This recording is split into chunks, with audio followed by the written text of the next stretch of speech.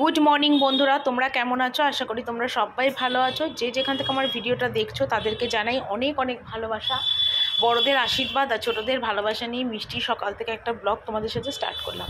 আজকে সকাল থেকেই ভিডিওটা করা শুরু করেছি, অবশ্যই মনটাও ভালো রাখারই ইচ্ছা, কিন্তু মনটা তার মধ্যেও আজকে প্রচণ্ড খারাপ। কেন জানি না, মনটা ভীষণ আমার আপসেট হয়ে রয়েছে, নানান রকম চিন্তা মাথার মধ্যে ঘুরছে। এতটুকু মন আমার ভালো না, কিন্তু মন খারাপ হলে তো চলবে না, তার মধ্যে সমস্ত কাজ কিন্তু আমাকে করতে হবে সংসারের A to Z।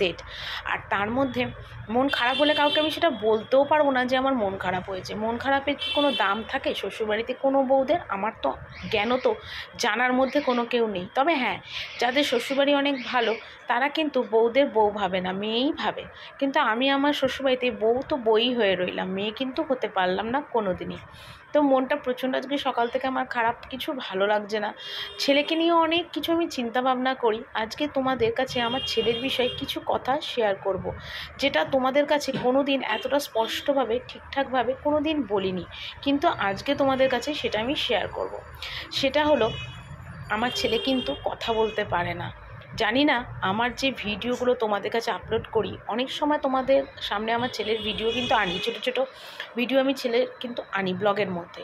জানি না তোমরা দেখে বুঝতে পেরেছো কি না আমার ছেলের কথা বলার ধরনটা দেখে, কিন্তু সত্যি আমার ছেলে না কথা বলতে পারে না। তোমাদের প্রথম থেকে একটুখানি বলি, নয়তো তোমরা ঠিক বুঝতে পারবে না। আমার ছেলে যখন হয়েছিল, আমার ছেলে কিন্তু ঠোঁট কাটা হয়েছিল। তো মুখের ভিতরে কোনো প্রবলেম ছিল না, অনেকের ঠোঁট কাটা হলে মুখের ভিতর আলটাও কাটা থাকে, কিন্তু আমার ছেলে সেটা ঠিক ছিল, কিন্তু সামনের ঠোঁটটা মানে কাটা হয়েছিল। তো যখন কাটা হয়েছিল তো মন মেজাজ আমার প্রচণ্ড খারাপ হয়ে গেছিলো, বাড়ির সবারও মন মেজাজ খুব খারাপ হয়ে গেছিলো। কিন্তু কি করব, সন্তান তো ফেলে তো আর দিতে পারবো না, তাই না? তো সেই ছেলেকে ছোট থেকে মানুষ করেছি। হ্যাঁ, শ্বশুরবাড়ির অনেক সাপোর্ট পেয়েছি। আমার শ্বশুরমশাই ভীষণ ভালো মানুষ ছিল। আমার শ্বশুরমশাই প্রচুর টাকা পয়সা খরচা করেছে আমার ছেলের পিছনে, আমার ছেলে যাতে ঠিক হয়ে যায়। তো আমার ছেলের যখন 3 বছর বয়স, তখন আমার ছেলের প্লাস্টিক সার্জারি অপারেশন হয়, ঠোঁটের অপারেশন হয় নার্সিংহোমেতে। তারপর নার্সিংহোমে অপারেশন হওয়ার পরে ভাবলাম হয়তো আস্তে আস্তে কথা বলবে, কিন্তু আমার ছেলে না ঠিকঠাকভাবে কথাই বলতে পারতো না। মানে কীরম বলো তো, পুরো যে কষ্ট করে আমরা যে কথাটা বলি সেই কথাটা কোনো দিনই বলতে পারে না। আর আজকে তো অনেক বড় হয়ে গেছে, আজকে ওর বয়স প্রায় 15-16 বছর, তো কথা ঠিক করে বলতে পারে না। তো এটা আমার মনের মধ্যে কিন্তু একটা বিশাল কষ্ট যে আমার ছেলের কি হবে, আমার ছেলের ভবিষ্যৎ কী হবে। সারা জীবন তো আমি বেঁচে থাকবো না, পরে কি হবে। সত্যি ভিডিওটা দিতে গিয়ে আজকে আমার চোখে জল চলে আসছে। সব কিছু সোশ্যাল মিডিয়ার কাছে ব্যক্ত করা যায় না, কিন্তু যেহেতু তোমরা আমার পরিবার হয়েছো, আমি ইউটিউবে কাজ করছি, ভালো খারাপ খুশি আনন্দ সুখ দুঃখ সবটাই তোমাদের কাছে আমি শেয়ার করতে পারি। তো সেই জন্য আজকে তোমাদের কাছেই ছেলের বিষয়ের কথাগুলো সবটাই আমি শেয়ার করলাম। তো আমি এটা বলতে চাই না যে আমি ভিউজ কামানোর জন্যে বা চ্যানেলটাকে দাঁড় করানোর জন্যে আমি তোমাদের কাছে এই কথাগুলো শেয়ার করছি না। যেহেতু তোমরা আমার পরিবার, আজ নয় কাল তোমরা জানতে পারবে, বুঝতে পারবে, তখন হয়তো অনেকেই কমেন্ট করবে যে তুমি কেন আগে বলোনি, চেপে রেখেছো বা বলোনি, হয়তো অনেকে অনেক রকম কমেন্ট করতে পারো। তো আমি চিন্তা করলাম যে না, আজকে এই কথাগুলো তোমাদের কাছে আমার শেয়ার করাটা খুব দরকার। অনেক দিন হলো তো ভিডিও করছি, সেইভাবে তোমাদের কাছে কোনো দিনই আমার ছেলের ব্যাপারে শেয়ার করিনি, কিন্তু আজকে আমি করলাম। আর আমার মনটাও প্রচণ্ড খারাপ। মানে ছেলে ঠিক না থাকলে, সন্তান যদি ঠিক না থাকে, তখন কোনো মাই কিন্তু শান্তি সুখ পায় না, আমিও কিন্তু তাই পাই না। আরেকটা কথা হলো, আমার ছেলে কিন্তু স্কুলে পড়ে না। একজন কমেন্ট করেছিল তোমার ছেলে কি পড়াশোনা করে না? পড়াশোনা করে, আমি আমার ছেলেকে ঘরে পড়াই। দিদিমণি ছিল, এখন অনেক টাকা পয়সার প্রবলেমের জন্য আমি ছেলেকে টিউটর দিয়ে পড়াতে পারি না, কিন্তু আমি ছেলেকে ঘরে পড়াই, লেখানো ঠেকানো সব করি। মুখেও কিছু বলতে পারে না গুছিয়ে, কিন্তু ও লেখির দ্বারা সব কিছু করতে পারে। তো সেটাও তোমাদের কাছে ক্লিয়ার করলাম। আর আমার ছেলে তো ভিডিও করে দেয়, সেটাও তোমরা জানো, কিন্তু এটা কিন্তু একটা মায়েদের অনেক বড় জ্বালা যে সন্তান কিচ্ছু মানে কথা বলতে পারে না। এটা কিন্তু একটা মায়েদের কাছে প্রচুর জ্বালা। তো এটা আমি ব্লগের মাধ্যমে তোমাদের কাছে মানে বলছি। আর ছোটোখাটো ভিডিওর মাধ্যমেও তোমাদের কাছে কোনো দিন আমি সেটা করিনি, তো আজকে সেটা আমি যতটা পারলাম তোমাদের কাছে শেয়ার করলাম। কারণ আমি মানে মনটা আমার প্রচণ্ড খারাপ হয়ে রয়েছে। আমি মনের কথাগুলো তোমাদের কাছে বললে একটু মনটা আমার হালকা হবে, তো সেই কারণের জন্য কিন্তু আজকে তোমাদের কাছে এই কথাগুলো আমি শেয়ার করতে বাধ্য হলাম। তো যাকগে, সকালবেলা উঠে তো এই কথাগুলো তোমাদের না বললে নয়, কিন্তু বললাম। কিন্তু মানে ভালো লাগছিল না মনটা, সেই জন্য আমি তোমাদের কাছে শেয়ার করলাম। আর এইখানে দেখো আমি কিন্তু সকালবেলা উঠে আমার যে কাজগুলো করণীয় সেগুলো কিন্তু আমি শুরু করে দিয়েছি। সেটা তোমরা নিশ্চয়ই দেখেই বুঝতে পারছো। মন খারাপ হোক আর ভালো হোক সেটা কিন্তু কেউ বুঝবে না, আর শরীর খারাপ থাক আর ভালো থাক সেটাও কিন্তু শ্বশুরবাড়ির কেউ বুঝবে না। সবাইকে কিন্তু সেই কাজগুলো আমাকে করতে হবে। তো সকালবেলা উঠে যে মানে কাজকর্মগুলো ছিল, তো সেইগুলো সারার মধ্যে দেখো আজকে ঠাকুর ঘরের বাসনগুলো মাজলাম। অনেক দিন হয়েছে ঠাকুর ঘরের বাসনগুলো মাজি না। আর ঠাকুর ঘরের কটা জামা কাপড় ছিল, যেমন সখীদের শাড়ি, পর্দা, দুটো একটা ঠাকুর ঘরের কাপড়, তো সেগুলোকে ধুলাম, ধুয়ে বারান্দা দিয়েই ঠাকুর ঘরের মেলে দিলাম। বাসন ছিল কিছু, সেগুলো মাজলাম।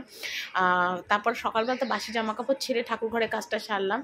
তো তারপর দেখো কিছু জামা কাপড় ছিল আমার আর ছেলের, কালকে মনে হয় আমি যতদূর কাচিনি, তো সেগুলোকেই দেখো কাচলাম আর কেচে সমস্ত ছাদে মেলে। ছাদে দেখতে পাচ্ছ কী রোদ উঠেছে, পুরো শীতের রোদ যে পড়ে গেছে বোঝা যাচ্ছে। তবে বেশিক্ষণ কিন্তু থাকা যায় না এই রোদটার মধ্যে, কারণ বেশ গরম লেগে যায়। তো কাচা ধোয়া আমি বাথরুমেই করি, আর ছাদে জামা কাপড়গুলো মেলে দিচ্ছি। তো জামা কাপড়গুলো মেললাম, মেলে ঠেলে চলে এলাম সোজা নিচে। আর নিচে এসে টেবিলটা মুছলাম, কারণ রাত্রিবেলা করে না বাসন কোসন সব বার করে দিই, কিন্তু টেবিল আর মোছা হয় না, কারণ রাত্রিভর টেবিলটা ফাঁকাই থাকে। আর সকালবেলা উঠে প্রতিদিন আমি টেবিলটা মুছি নিই। সে কোনো সময় এঁঠোকাটো বাসন মাজার আগেও করি, আবার নয়তো সমস্ত কাজকর্ম সেরে এসেও টেবিলটা মুছি, কোনো ঠিক নেই। মানে যখন যেরকম তখন সেরকম সুবিধা অনুযায়ী কিন্তু আমি কাজটা করি। তবে আমি কাজের মধ্যে থাকলে সত্যি আমার মনটা খুব ভালো থাকে, সত্যিই আমার মনটা খুব ভালো থাকে। আমার মনের মধ্যে কোনো দুঃখ কষ্ট থাকে না। আমার সত্যিই মনের মধ্যে মানে অনেকটা শান্তি লাগে, কষ্ট অনুভব হয় না। ভুলে থাকি অনেক কিছু, মনের অনেক জ্বালা যন্ত্রণাকে আমি চেপে রাখতে পারি। কিন্তু আমিও তো একটা মানুষ, একভাবে তো আর কাজকর্ম করতে পারি না বলো। তো এখানে দেখো টেবিলটা মুছলাম, আর তোমাদের দাদাভাই এখানে দেখো মাছ ঠাছ অনেক কিছু নিয়ে এসছে। আর আজকে করবো একটু ঘুগনি। তো কাল রাত্রিবেলায় ঘুগনি মটরটা ভিজিয়ে রেখেছিলাম, তো সেটা একটু তোমাদের দেখিয়ে দিলাম। তো মটরগুলো বেশ ফুলে উঠেছে। আর এখানে নিয়ে এসছে দেখো মাছের তেল। তো মাছের তেল এনেছে, খুব সুন্দর মাছের তেল নিয়ে এসছে। তো ভাবলাম চলো তোমাদের একবার মাছের তেলটাও দেখিয়ে দিই। আর এখানে নিয়ে এসছে দেখো চিংড়ি মাছ। আর দেখো একটা চিংড়ি খেলেই কিন্তু মন ভরে যাবে, বেশ বড় বড় চিংড়িগুলো, সাইজটা কিন্তু দারুণ। তো আজকে ইচ্ছা আছে চিংড়ির মালাইকারি করবো, অনেক দিন হয়েছে এরকম বড় বড় চিংড়ির মালাইকারি করি না। আর নিয়ে এসে দেখো কাতলা মাছ, এনে সব চুবড়ি চাপা দিয়ে রেখেছে, কারণ আমাদের বাড়িতে প্রচুর বিড়ালের উৎপাত। তো বিড়াল ফিড়াল যদি এসে খেয়ে যায় তাহলে গেল এত টাকার মাছ টাছ। তো সেই জন্যে মাছগুলো এনে টেবিলে চুপড়ি চাপা দিয়ে রেখেছে। তো মাছ টাছ বাজার তোমাদের দেখিয়ে দিলাম। আর পরে কি কাটাকাটি করে রান্নাবান্না করব সেটাও কিন্তু তোমাদের দেখিয়ে দেবো। আর এখানে দেখো বাসন রয়েছে, এঁটো কাটা বাসন, কারণ সকালবেলা উঠেই আজকে বাসি জামা কাপড় ছেড়ে সোজা ঠাকুর ঘরে চলে গেছিলাম বলে বাসি বাসন কিছুই মাজা হয়নি। তাই ভাবলাম যে ঠাকুর ঘরে কাজগুলো আগে সারি, তারপরে এসে বাসন কোসন মাজবো। তো এখানে দেখো রাত্রিবেলার এই বাসনগুলোই রয়েছে। আর শীত পড়ছে বলে এক এক দিন এখন সন্ধ্যেবেলায় বাসন মাজি, আবার এক এক দিন কিন্তু সন্ধ্যেবেলা করে বাসন মাজি না। মানে অবস্থা বুঝে ব্যবস্থা, কোনো ঠিক নেই আর কি আমার, মানে যেটা মনে হয় আর কি সেটাই করি। তো এখানে দেখো বাসনগুলো মাজছি, আর দেখতেই পাচ্ছ। আর আমি না বসে বাসন মাজতে পারি না, কারণ আমার যবে থেকে ইউরিক অ্যাসিড হয়েছে তবে থেকে আমি আর বসে বাসন মাজি না। আগে কিন্তু আমি কলে, মানে এইখানে তো সিঙ্ক আর নিচটাতে কল আছে, তো কলে আমি বসে বসে বাসন মাজতাম পিঁড়ি পেতে। এখন আমি আর সেটা মাজতে পারি না, আমার হাঁটুতে প্রচণ্ড ব্যথা লাগে, আর একভাবে অনেকক্ষণ ধরে বসে থাকলে আমি উঠতে পারি না। তাও তো দেখো আগের থেকে আমি অনেক রোগ হয়েছে, আগে আমার কত ওজন ছিল আর এখন আমার কত ওজন কমে গেছে। নিচে চলে এলাম, আর নিচে এসে সমস্ত কেটে কুটে গুছালাম, মানে ভাত বসালাম, ভাত বসিয়ে নিয়ে সমস্ত কিছু কেটে কুটে গুছালাম। মাছটা তো তোমাদের আগেই দেখিয়ে দিয়েছি, তো এখন কী কী কেটে নিয়েছি সেটা তোমাদের একবার দেখিয়ে দিই।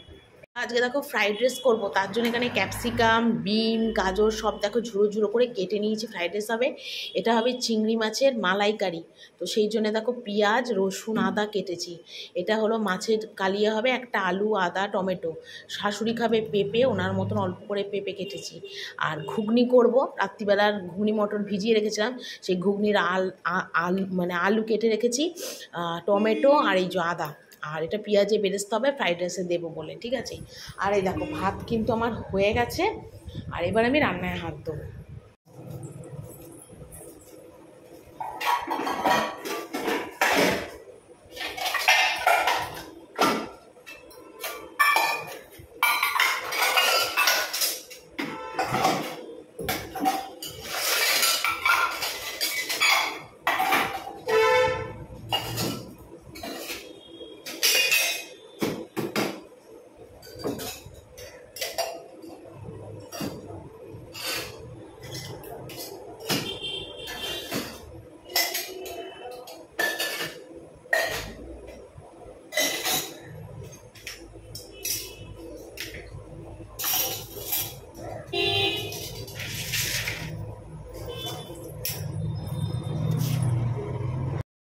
চলো তোমাদের একবারে রান্নাটা এখানে দেখিয়ে দিই। এখানে দেখো করেছি প্লেন সাদা ভাত, আর এখানে করেছি দেখো ডাল, যতদূর মনে হয় সিদ্ধ ডাল, কারণ আমাদের বাড়িতে সিদ্ধ ডালটা কমন, প্রতিদিনই করতে হয়, সিদ্ধ ডাল করেছি।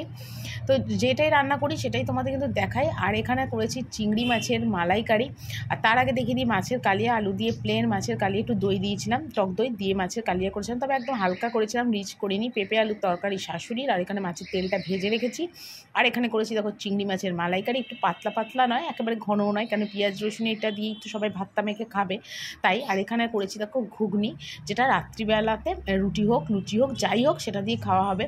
আর ঘুগনিটাও কিন্তু দেখো জাস্ট এইমাত্র নামালাম। তো ফ্রাইড রাইসটা এখনও বসায়নি, ফ্রাইড রাইসটা জাস্ট করবো এবার আর কি। তো করে নিই, তারপর তোমাদের একবার দেখাবো। এইমাত্র রান্নাবান্না কমপ্লিট হলো, তোমাদের তো সবটাই দেখালাম, শুধু ফ্রাইড রাইসটা তোমাদের দেখাইনি।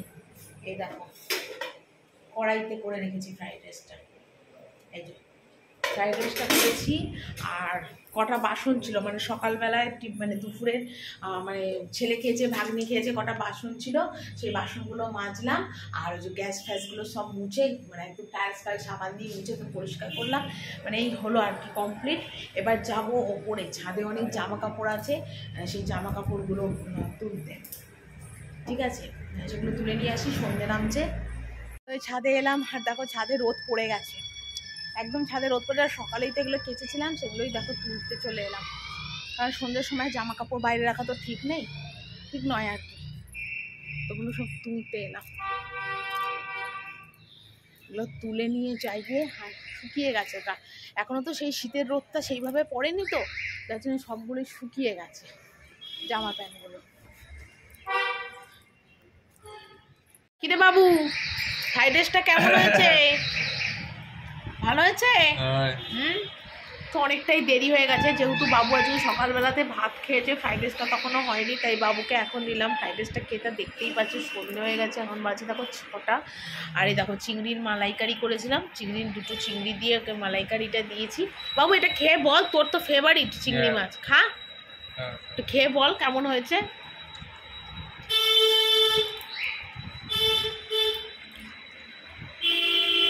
ভালো হয়েছে? আচ্ছা, তো চলো বাবুও খেয়ে নিক। আর বাবুর কপালে দেখো ওর বোন ফোঁটা দিয়েছে, সেই ভিডিওটা তোমাদের সাথে আমি শেয়ার করতে পারিনি, কারণ তখন আমি রান্না করছিলাম।